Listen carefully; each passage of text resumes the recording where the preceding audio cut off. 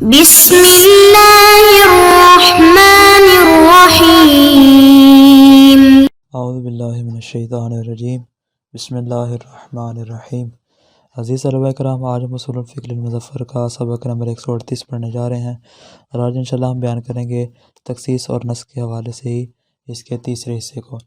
گزشتہ درس میں ہم بیان کر رہے تھے دوسری صورت کے حوالے سے۔ ہم نے کہا تھا دوسری صورت ہمارے سامنے جو آتی ہے وہ باقی صورتوں کے نسبت زیادہ مشکل ترین صورت ہے، اور اس میں حکم جو آسانی سے معلوم نہیں ہو سکتا۔ بنیادی طور پر ہم نے دو طرح کے نظریات بیان کیے تھے۔ بعض افراد اس بات قائل تھے کہ صورت ثانیہ کی دوسری جو صورت ہمارے سامنے آتی ہے اس میں ہم نسخ کے قائل ہوں گے، اور ہم اس کو تخصیص قرار نہیں دے سکتے۔ کیوں؟ اس لیے کہ یہاں پر تاخیر بیان وقت حاجت ہے، لہٰذا ہم اس کو تخصیص قرار نہیں دیں گے بلکہ اس کو نسخ قرار دیں گے۔ لیکن مقابلے میں دوسرا قول ہمارے سامنے تھا تخصیص کا۔ تخصیص والے افراد کیا کہتے تھے کہ یہاں پہ ہمارے پاس جو حکم آتا ہے وہ دو طرح کا، یا حکم واقعی ہوتا ہے یا حکم ظاہری ہوتا ہے۔ فرماتے ہر حال میں جو حکم عام ہوتا ہے حکم واقعی نہیں ہوتا بلکہ کسی مقام پہ وہ حکم ظاہری بھی ہو سکتا ہے۔ اس بنا پر یہاں پہ چونکہ اس بات کا احتمال پایا جاتا ہے، لہٰذا ہم یہاں پہ تخصیص کو عکس کریں گے اور ہم اس کو نسخ قرار نہیں دیں گے۔ البتہ آخر میں کہا تھا کہ ہمارے سامنے تین طرح کے احتمالات آتے ہیں۔ کون کون سے؟ یا تو ہمیں اس بات کا یقین ہو کہ جو حکم اول آ رہا ہے، جو حکم عام ہے، وہ کیا کر رہا ہے، وہ حکم واقعی ہے۔ فرماتے اس صورت میں ہم حکم ثانی کو ناسخ قرار دیں گے، حکم اول منسوخ قرار دیں گے۔ لیکن اگر ہمیں اس بات کا یقین ہو کہ جو حکم عام آ رہا ہے، جو حکم اول آ رہا ہے، وہ کیا کر رہا ہے، حکم ظاہری کو اور حکم صوری کو بیان کر رہا ہے، لیکن جو حکم ثانی وہ حکم واقعی کو بیان کر رہا ہے۔ فرماتے اس صورت میں چونکہ حکم اول کے لیے مبین ہوگا، مفسر ہوگا، ہم حکم ثانی کو مخصص قرار دیں گے، اس کو ناسخ قرار نہیں دے سکتے۔ لیکن تیسری صورت ہم نے بیان کی تھی کہ جہاں پہ احتمال اور ہمیں معلوم نہ ہو کہ اس مقام پہ آیا ہم اس کو حکم واقعی قرار دیں یا ہم اس کو حکم ظاہری قرار دیں۔ فرماتے ان احتمالات میں سے کون سا احتمال مقدم ہوگا، آج ہم اس کے بارے میں انشاءاللہ تفصیل بیان کریں گے۔ فرماتے مصنف کے نزدیک حکم اول کو ہم ظاہری قرار دیں گے اور جو حکم ثانی ہوگا وہ واقعی ہوگا، یعنی گویا کہ مصنف بھی یہاں پہ کس بات کے قائل ہو جائیں گے، تخصیص کے ہی قائل ہوں گے۔ کیونکہ یہی تو ہم نے کہا تھا نا کہ اگر ہم حکم اول کو ظاہری قرار دیتے ہیں، حکم ثانی کو واقعی قرار دیتے ہیں، تو گویا کہ ہم اس کو مبین قرار دیں گے اور یہاں پر اس کو مخصص قرار دے دیں گے۔ فرماتے پس اس صورت میں کیا ہوگا کہ یہ مخصص برائے حکم اول ہو جائے گا۔ دلیل کے جناب مصنف آپ کے پاس؟ فرماتے دلیل یہ ہے کہ حکم عام میں اصالۃ العموم جاری ہوگی، اور یہ اصل اس بات کو ثابت کرے گی کہ کلام کے ظہور سے متکلم کی جو مراد جدی ہے وہ ہمیں معلوم ہو رہی ہے۔ البتہ جو عموم ہے وہ اس بات کو ثابت نہیں کر رہا کہ حکم واقعی یہی عام ہے، یعنی یہاں پہ دو الگ الگ چیزیں ہیں، غور کیجیے گا۔ یعنی ایک ہے کلام کے ظہور سے مراد جدی کا معلوم ہونا، لیکن فرماتے ہیں یہ عموم جو ہے صرف مراد جدی کو بیان کرتا ہے۔ البتہ اس عموم سے آپ اس بات کو ثابت نہیں کر سکتے کہ یہ حکم واقعی ہے یا یہ حکم ظاہری ہے۔ فرماتے حکم واقعی بھی ہو سکتا ہے، حکم ظاہری بھی ہو سکتا ہے۔ کیوں؟ مراد جدی دونوں صورتوں میں آتی ہے۔ جس طرح حکم واقعی مراد جدی واقع ہو سکتا ہے، ویسے ہی حکم ظاہری بھی مراد جدی متکلم واقع ہو سکتا ہے۔ اس بنا پر مراد جدی دونوں میں مساوی ہے، چاہے حکم واقعی ہو یا پھر حکم ظاہری ہو۔ تو کیا نتیجہ نکلا کہ ہم یہاں پر اصالۃ العموم جاری کریں گے، اور اصالۃ العموم صرف مراد جدی کو بیان کرے گی، اس بات کو بیان نہیں کرے گی حکم واقعی یہی ہے یا یہ حکم ظاہری ہے، اس کو بیان نہیں کرے گی۔ فرماتے اما لو دار الامر بینہما، فرماتے دونوں صورتوں میں امر دائر ہو جائے۔ بینہما کا اشارہ کس کی جانب ہے کہ بین الواقعی والظاہری، یا حکم واقعی یا پھر ظاہری۔ اس صورت میں کہ اذا لم یکن دلیل علی تعیین احدہما، جب کسی ایک کی تعین پر ہمارے پاس دلیل موجود نہ ہو، فایہما ارجح فی الحمل، فرماتے اس صورت میں پھر حمل میں ہم کس کو ارجح قرار دیں گے۔ مصنف فرماتے فنقول، ہم یہاں پہ اس بات کے قائل ہو جائیں گے کہ الاقرب الی الصواب هو الحمل علی التخصیص ہے۔ فرماتے میرے نزدیک جو حقیقت کے قریب ترین قول ہے وہ یہی والا ہے کہ ہم اس کو تخصیص پر حمل کریں گے، ہم اس کو نسخ پر حمل نہیں کریں گے۔ یعنی کیا مطلب؟ جب تخصیص پر حمل کریں گے تو اس کا مطلب کیا ہوگا؟ یعنی ہم حکم اولی کو ظاہری قرار دیں گے اور حکم ثانی کو ہم واقعی قرار دیں گے جو حکم اول کی وضاحت کرنے والا ہوگا۔ دلیل کیا آپ کے پاس؟ فرماتے والوجہ فی ہے، اس کی دلیل یہ ہے کہ ان اصالۃ العموم بماہیہ، اصالۃ العموم جو ہے وہ کیا کرتی ہے، کیا کام دیتی ہے، کس چیز کا فائدہ دیتی ہے؟ لا تثبت اکثر من ان ما یظہر من العام هو المراد الجدی للمتکلم۔ فرماتے ہیں کہ اصالۃ العموم زیادہ سے زیادہ جس چیز کو ثابت کر سکتی ہے وہ کیا ہے کہ اصالت العموم سے یہی ظاہر ہوتا ہے کہ یہ والا کلام جو آپ سمجھ رہے ہیں یہ متکلم کی مراد جدی ہے، بس اس بات کو ثابت کرتا ہے، اس سے زیادہ کسی اور چیز کو ثابت نہیں کرتا۔ اس سے زیادہ کی مراد کیا ہے؟ یعنی یہ حکم واقعی ہے، اس کو بھی ثابت نہیں کرتا، یہ حکم ظاہری ہے، اس کو بھی ثابت نہیں کرتا۔ کیوں؟ فرماتے اس اعتبار سے کہ دونوں میں یہ برابر ہے۔ ولا شکا ان الحکم صوری، فرماتے جو حکم صوری ہے، جو حکم ظاہری ہے، الذی نسمیہ بالحکم ظاہری، جس کو ہم نے حکم ظاہری کا نام دیا، فرماتے کلوا کہ وہ حکم واقعی کی طرح ہی ہوتا ہے۔ کیا مطلب؟ کس اعتبار سے؟ مراد جدی للمتکلم، فرماتے ہیں کہ یہ متکلم کے لیے مراد جدی واقع ہے۔ جیسے حکم ظاہری ہے ویسے حکم واقعی، دونوں میں ذرہ برابر بھی مراد جدی متکلم واقع ہونے میں فرق نہیں ہے۔ کیوں؟ لأنہ مقصود میں تفہیم، اس لیے کہ یہ دونوں کے دونوں مقصود میں تفہیم واقع ہوتے ہیں۔ کیا مطلب؟ متکلم اپنے کلام کے ذریعے سمجھانا چاہتا ہے، کبھی متکلم اپنے کلام سے حکم واقعی کو سمجھانا چاہتا ہے، اور کبھی اپنے کلام سے حکم ظاہری کو سمجھانا چاہتا ہے۔ فرماتے اس اعتبار سے چونکہ دونوں مقصود تفہیم میں متکلم واقع ہوتے ہیں، لہذا اس بنا پر دونوں میں کوئی فرق نہیں پایا جاتا مراد جدی ہونے کے اعتبار سے۔ تو نتیجہ کیا نکلے گا؟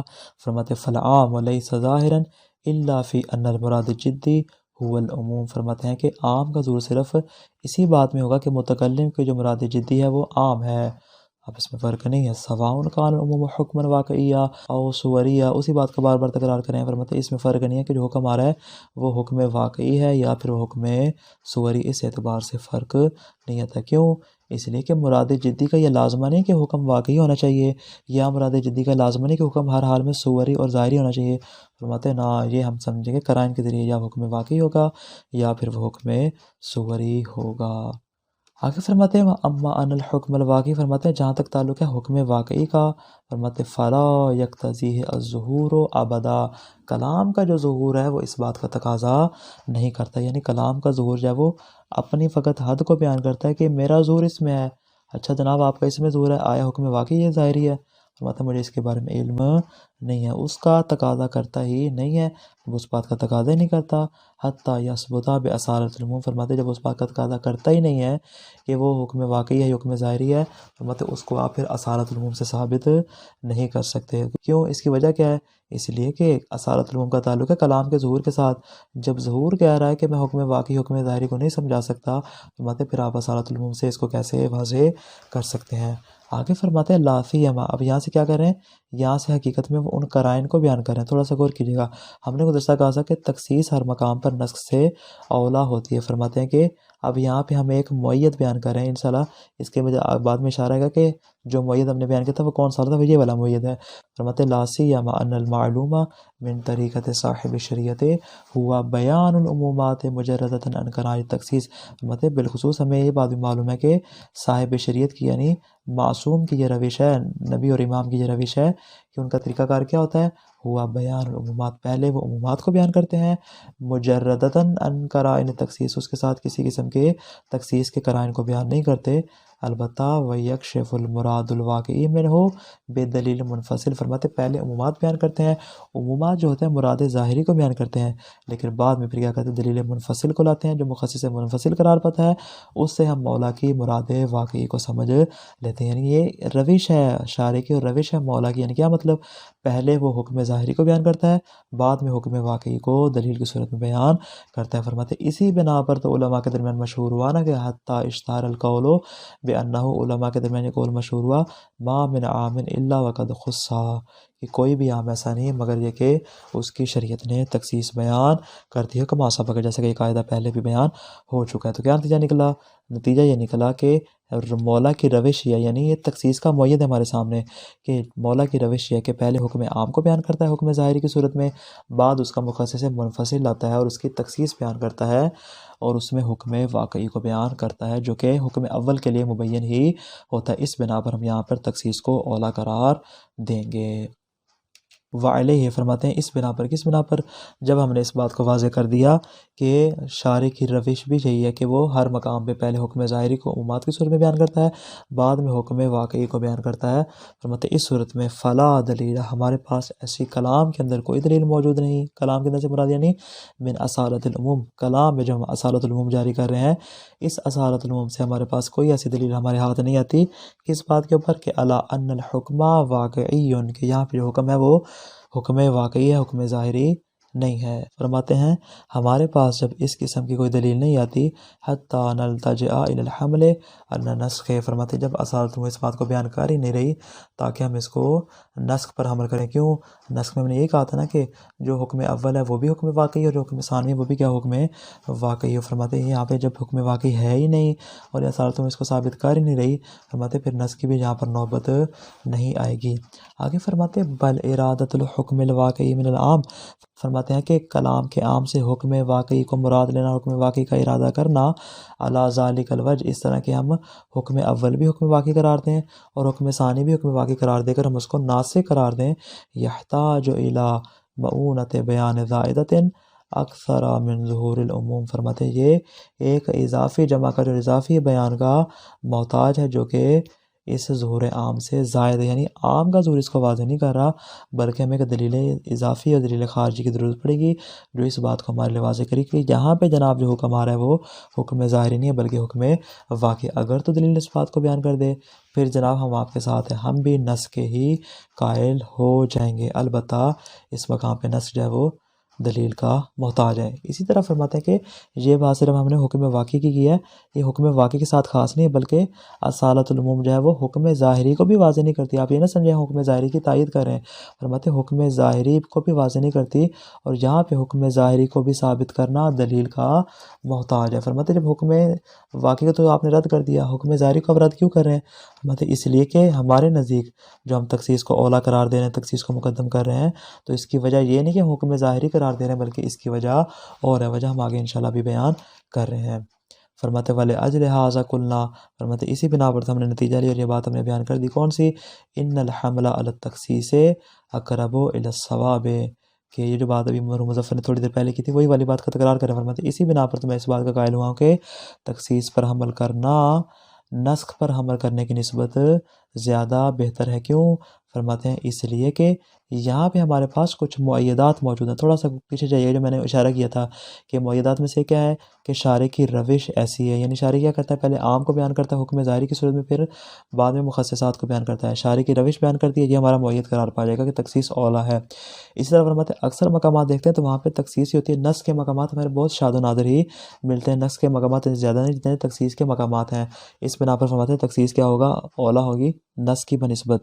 تیسرا جو ہم نے ابتدا میں بیان کیا کہ کلام اصل آیا دفع کا ہونا ہے یا رفع کا ہونا۔ دفع کا مطلب کیا ہے کہ اصلاً وہ حکم ثابت ہی نہ ہو، رفع میں کیا ہوتا ہے کہ پہلے ثابت تو بعد میں آپ ختم کرتے ہیں۔ فرماتے ہیں کلام اصل دفع کا ہونا ہے، یعنی اصلاً آپ اس کے لیے حکم کو منتفی کر دیتے، حکم کو ثابت نہیں کر سکتے۔ فرماتے ہیں کلام اصل دفع ہونا ہے، رفع ہونا نہیں ہے، اور دفع نام ہے تخصیص کا، رفع نام ہے نسخ کا۔ فرماتے ہیں چونکہ دفع کلام اصل ہے لہذا تخصیص اصل قرار پا جائے گی، نسخ کلام اصل قرار نہیں پائے گی۔ ان معیدات کے ہوتے ہیں مصنف فرماتے ہیں میں اس بات کا قائل ہوا ہوں کہ تخصیص پر حمل کرنا نسخ پر حمل کرنے سے زیادہ اولا بہتر ہے۔ وَإِنْ كَانَ كُلٌّ مِّنْهُمَا ممکن ہے، فرماتے ہیں کہ دونوں یہاں صورتیں ممکن ہے کہ ہم اس کو نسخ بھی قرار دے سکتے ہیں اور ہم اس کو تخصیص بھی قرار دے سکتے ہیں۔ یہاں تک ہماری صورت مکمل ہوگی، صورت ثانیہ۔ آگے بیان کرنے جا رہے ہیں الصورۃ الثالثہ۔ تیسری صورت کیا ہے؟ صورتیں ہماری ذہن میں رہے، ہم نے کہا تھا معلوم و تاریخ کے بارے میں ہم نے 3 صورتیں بیان کی تھی، یا تو دونوں کا تقارن ہو، ہم نے تخصیص کو ثابت کیا، یا ہم نے بیان کیا تھا کہ ہمیں دونوں کی تاریخ معلوم ہو لیکن عام مقدم ہو۔ عام کے تقدم میں ہم 2 صورتیں بیان کی اور دونوں صورتوں میں مصنف نے تخصیص کا حکم ثابت کیا۔ اب بیان کرنے جا رہے ہیں تیسری صورت کو۔ ہماری تیسری صورت کیا ہے کہ دونوں کی تاریخ آپ کو معلوم ہو اور اس کے ساتھ کیا ہے خاص مقدم ہونا چاہیے، یعنی دوسری صورت کا یہ برعکس ہے۔ دوسری صورت میں کیا تھا؟ عام مقدم تھا، تیسری صورت میں کیا ہو رہا ہے؟ خاص مقدم ہو رہا ہے۔ فرماتے اذا کان معلومی تاریخ، فرماتے ہیں جب عام اور خاص دونوں کی تاریخ آپ کو معلوم ہو، مع تقدم الخاص، اور خاص کیا ہو، مقدم ہو، عام آخر ہو، فرماتے ہیں فہذہ ایضا علی صورت، فرماتے ہیں اس کی بھی دو صورتیں، جس طرح ہم نے صورت ثانیہ کی دو صورتیں بیان کی، ایسے ہی صورت ثالثہ کی بھی دو صورتیں ہیں۔ کون کون سی؟ فرماتے ہیں الاول ان یرد العام قبل وقت العمل بالخاص، فرماتے ہیں عام وارد ہو جائے خاص پر عمل کرنے سے پہلے، فلا ينبغي الاشکال فی کون الخاص مخصصا، فرماتے ہیں اس صورت میں خاص کے مخصص ہونے کے اعتبار سے کسی کو اعتراض نہیں ہے۔ اس صورت میں کیا کریں گے؟ اس کو مخصص ہی قرار دیں گے، اس کو ناسخ قرار نہیں دیں گے۔ مثال فرماتے ہیں مثال یہ ہے کہ جمعہ کے دن حکم آئے کہ لا تکرم الفساق یوم الاثنین، سوموار والے دن کیا ہے؟ فساق علماء کا احترام نہ کرو، یہ حکم ہے سوموار کے دن کے ساتھ۔ پھر اتوار کو، یعنی ابھی وقت آنے سے پہلے کیا آ جائے؟ حکم آیا، ابھی اتوار سوموار نہیں آیا، اتوار والے دن حکم آ جاتا ہے کہ اکرم العلماء، عمومی حکم ہے، یعنی پہلے خاص آیا تھا جمعہ والے دن، اور پھر اتوار والے دن حکم عمومی آ گیا کہ اکرم العلماء، علماء کا اکرام کرو۔ فرماتے ہیں یہاں پر بھی وہی دلیل دیں گے جو ہم نے صورت ثانیہ کی پہلی صورت میں دی تھی، یہاں پر وہی دلیل آئی کیا؟ فرماتے ہیں اس لیے کہ نسخ میں چونکہ حلول وقت کی شرط ہے، ابھی وقت آیا نہیں، ابھی سوموار نہیں، ابھی اتوار والا ہی دن ہے، لہذا یہاں پر ہم تخصیص پر عمل کریں گے، پہلی وجہ۔ اور دوسری وجہ کہ تخصیص جو ہے وہ ہر حال میں نسخ سے اولا ہوتی ہے۔ کیوں اولا ہوتی ہے؟ یہ ہم نے ابھی بیان کی ہے کہ ہمارے پاس کچھ مؤیدات موجود ہیں جو تخصیص کی تائید کرتے ہیں، نسخ کی تائید نہیں کرتے۔ خلاصہ کیا ہوا آج کے درس کا؟ اگر معلوم نہ ہو کہ حکم اول واقعی ہے یا ظاہری، تو مصنف کی نزدیک کی صورت میں اولا تخصیص ہے۔ اسی طرح ہم نے آج کے درس یہ بھی سیکھا کہ اصل عموم متکلم کی مراد جدی کو واضح کرتی ہے، لیکن اس کے حکم واقعی یا حکم ظاہری ہونے کو بیان نہیں کرتی۔ مراد جدی میں حکم واقعی اور حکم ظاہری دونوں برابر ہیں، اختصاص نہیں کر سکتے کہ حکم واقعی کو ثابت کرے یا حکم ظاہری کو ثابت کرے، وہ دونوں میں سے کسی کو ثابت نہیں کرتی۔ آگے پھر ہم نے یہ بات کہی کہ تخصیص کو نسخ سے اولا قرار دینے کی وجہ یہ ہے کہ اولاً تخصیص جو ہوتی ہے مؤیدات ہیں، یہ بار بار کام دیں گے کہ جو ہم کہہ رہے ہیں تخصیص نسخ سے اولا ہے، تخصیص اولا ہے، اولا ہے کیوں اولا ہے؟ یہ اس کی وجوہات ہیں، مؤیدات ہیں۔